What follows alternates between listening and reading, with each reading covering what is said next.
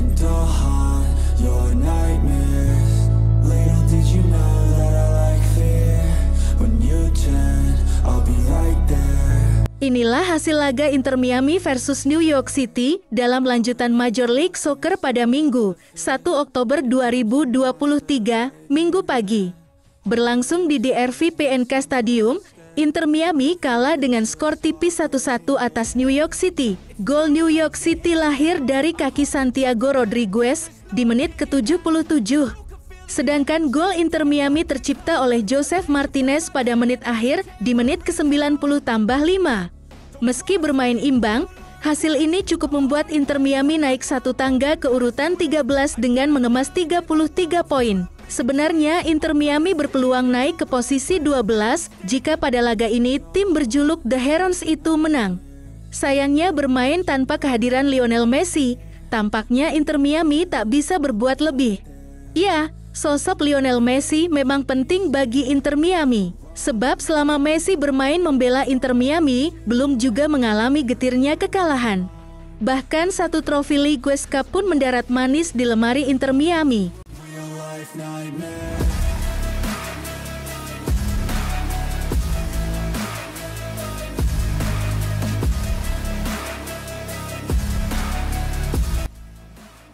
Nah, mulai jalannya laga.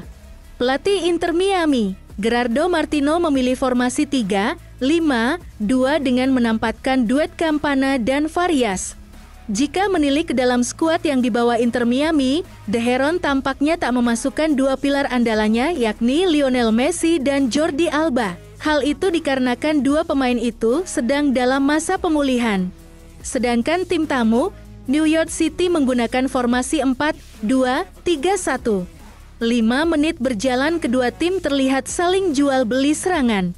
Pada menit ke-12, New York City hampir saja memecah kebuntuan. Lewat skema serangan sayap, Monsef Bakrar yang menerima umpan gagal mengeksekusi tendangan dengan baik. Menilik statistik menit ke-20, Inter Miami unggul dengan angka 60%. Tampil mendominasi, tampaknya Inter Miami masih buntu dalam penyelesaian akhir. Pada menit ke-33, Inter Miami mendapat kartu kuning perdananya saat Benjamin Cremaschi melakukan pelanggaran. Selang 7 menit, giliran Thomas Aviles yang mendapat kartu kuning. Solidnya pertahanan New York City membuat Inter Miami susah menembus jantung pertahanan. Minimnya peluang membuat skor babak pertama tertahan menjadi 0-0.